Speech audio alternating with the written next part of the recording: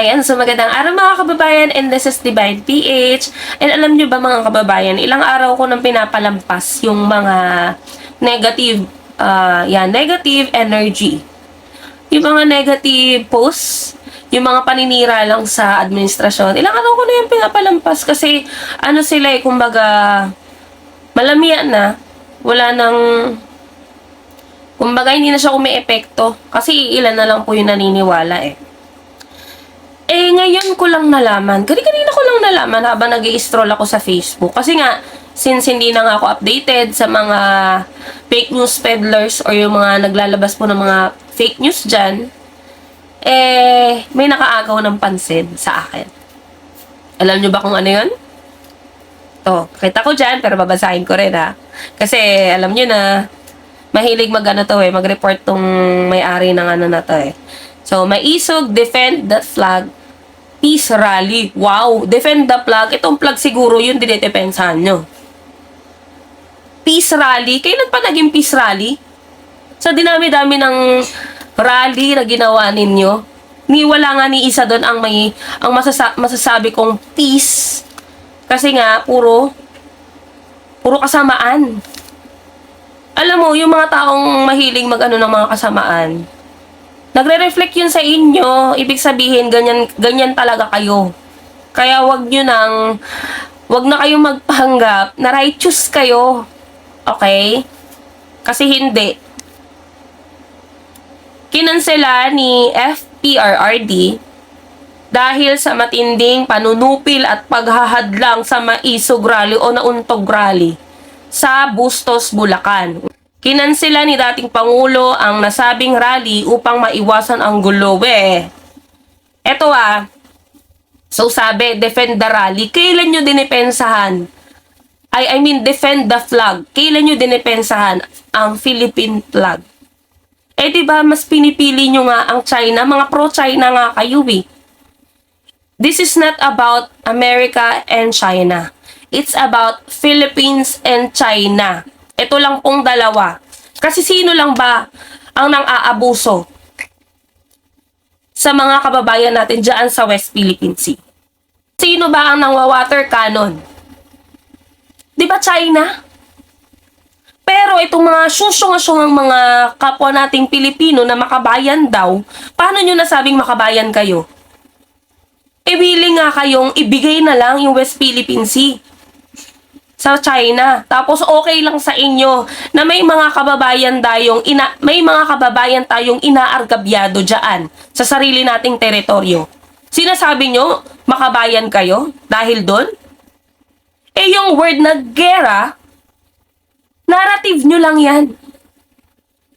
Never mo maririnig yan sa mga pro-administration. Wala akong maririnig na narrative na ganyan. Sa inyo lang yan ang gagaling. Pag ba pinaglaban ng ari-arian, gera na kagad? Halimbawa kayo, pinaglaban nyo yung property nyo. Gera na ba kagad yun pag pinaglaban nyo? Mali yung tinatatak nyo sa utak ng iba nating mga kababayan. Kung totoong makabayan kayo, dapat sinusuportahan nyo yung laban dyan sa West Philippine Sea. Na ipaglaban natin kung ano yung sa atin, kung ano yung para sa atin, kung ano yung para sa mga mangingisda natin. Pero hindi Tuwang-tuwa pa nga kayo, di ba? Winater cannon lang, iiyak na magsusumbong. So pag sa inyo ginawa, kayo yung biktima. Anong klaseng mga tao kayo? Basta sabihin nyo dito sa rally na to, defend the flag, mas pinipili nyo nga ang China kaysa sa Pilipinas? At yung sinasabi nyong peace rally, kailan pa naging peace rally? Ilan na ang nagdaang prayer rally nga yan, di ba? Ilan na ang nagdaan? Pero hindi ko makita kung nasaan dun yung peace. Baka yung word lang. Pero yung action, yung pinaka talaga, nung rally na yun, walang peace dun. Ni prayer, wala. Kasi puro pakitang tao lang. Kinansela kasi matindi ang panunupil at paghahadlang. Baka kayo lang din ang gumawa niyan. Kwento nyo lang yan Narrative nyo lang yan Kasi daw may malaking truck na inharang doon sa daan para daw para hadlangan daw yung rally nila. Ano kayo? Gold? Ilang beses na kayo nag-rally, ni hindi nga kayo pinakikailaman ni PBBM eh. Hinahayaan nga kayo eh. May mga nakadeploy pa ang kapulisan eh. Kung hinahadlangan kayo, matagal na dapat. Noon pa dapat. Hindi na pinaabot ng ilang pang mga rally. Ang kakapal nyo masyado. Paus ako, pasensya na. Tinan sila kasi hinadlangan kayo. Ang kakapal nyo. Masyado kayong mga pabiktim. Wala naman sa mga itsura ninyo kasi kayo yung mahilig mambiktima. Ang pa-plastic ninyo na pinaplastic nyo na mga bubuting tao kayo kahit hindi naman. Napaka mga sinungaling. Sagad-sagarin nyo na kasi alam nyo na kung saan kayo pupunta. Alam nyo na kung saan kayo diretsos. Ano yun nyo na yan? I-push nyo na yan. Kasi alam nyo naman na kung saan ang diretso nyo eh. Ang kakapal eh. Bibintang nyo sa Malacanang ang may dahilan? Wow ha. Yan yung hilig nyong narrative eh. Ano, bagong script ba yan? Nagpapaawa na naman kayo? Kayo na naman yung naape? Bakit? Hindi na kasi kayo relevant kaya ano na lang kayo. Magpapa-victim na lang kayo na kunyari kayo yung inape, kayo yung hinahadlangan. Ang kakapal ninyo. So, ayan mga kababayan, tuloy natin na ito naman po, sabi po ni dating spokesperson Roque, napakalungkot na pangyayari ito. Mas malala pa ito sa martial law. At least sa martial law, nagkaroon ng deklarasyon. Ito, wala pang deklarasyon ng martial law. Pinasarado na ang SMNI at kinasusupil na ngayon ang karapatan ng taong bayan na magtipon-tipon ng mapayapa para iparating ang kanilang saloobin. Saan sa part na yun, yung pagtitipon ng mapayapa? Kasi sa lahat po ng rally na ginawa ninyo, wala pong mapayapa dun. Kayo nga ang nagsisimula ng gulo eh. Kayo palagi yung nagsisimula. So saan yung mapayapa? Wala akong makita. Itong right to peaceful assembly ay galing sa Bill of Rights. Hindi iyan galing sa gobyerno o sa LGU. Alam mo itong mga to, itong mga makakaliwa to, itong mga kritiko ni President Bongbong Marcos, hindi ko alam kung nakakapag-isip pa ba sila ng matino o nahawa na sila kay pentatay nila. Kasi parang tapyas-tapyas na po. Alam mo yun, nagets nyo ba yun? Kumbaga kung ano na lang masabi nila, yun na lang. Kung ano na lang yung pinaniniwalaan nila, yun na lang. Kahit na wala ang katotohanan, kahit na wala ka namang makitang pruweba kung saan yung mapayapa dun. Hindi nga kayo pinakikialaman. Ilang beses nyo nang ginawa yan, na kahit pa puro paninira ang ginagawa nyo dyan sa rally na yan, hinayaan lang kayo. Malayang-malaya nga kayo eh.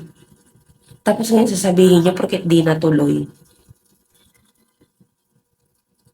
Sisisihin nyo? Malacanang? Si PBBM? Wawa masyado naman kayong ginto para pag-aksayahan ng panahon ni Presidente. Sa daming beses na ginawa nyo yan, hindi nga kayo pinakikialaman eh. Wala nga paki sa inyo eh. So, ito pa. Sabi naman po nung anak ni Fred Tatay, the actions taken by the administration against the scheduled hakbang ng Maisog Peace Rally in Bulacan today, kahapon po, is a clear violation of the people's right to peaceful assembly. Wow, sila talaga yung may ganang magsalita ng ganito, no? Sila talaga, peaceful, wala nga peaceful. Ilang beses nyo nang ginawa yan. Ano bang ginawa mo? Ha? Mayor Baste, sa mga rally na ginawa ninyo, ano ba yung pinagagawa mo? Di ba nagmumura ka? Di ba puro paratang yung ginawa mo? Saan ang peaceful doon? Hindi kasi sincere sa sinasabi mo. Walang sincerity na nakikita sa'yo. Kasi puro kasi nungalingan at kaplastikan lang. What they did has only proven once again that they do not respect the Filipino people. Huwag mong lahatin dahil kayo lang yan at iilan lang kayo. Sabihin na natin na cancel yan. Siguro kasi nakikita nyo yung numbers nyo konti na lang. Nawala nang masyadong naniniwala sa inyo. Kaya hindi nyo tinuloy kasi ayaw nyo mapahiya. Sino yung mga nandyan? Yung mga paid. Yun lang yung mga a-attend. Tapos sasabihin nyo, respect the Filipino people, ilan lang kayo. Mas marami kaming ayaw sa inyo. Pero kahit ayaw namin sa inyo, hindi kami kagaya nyo na magsasabi ng mga bagay-bagay na wala kaming pinagkukunang source or wala kaming facts. Kasi kayo, mahilig kayo sa gawang kutsero, gawang kwento. Mahilig kayong mameke. This will not silence us, but rather this will inspire us even more to continue to fight for transparency, accountability, and against any form of oppression by this current administration. We shall continue to protect the Constitution. Anong transparency pinagsasabi niyo? Kayo ba? Transparent kayo? Kayo buong pamilya. Transparent pa kayo sa lahat ng bagay? Hindi nga namin alam kung saan nyo dinala yung mga pondo-pondo nyo, yung mga confidential nyo.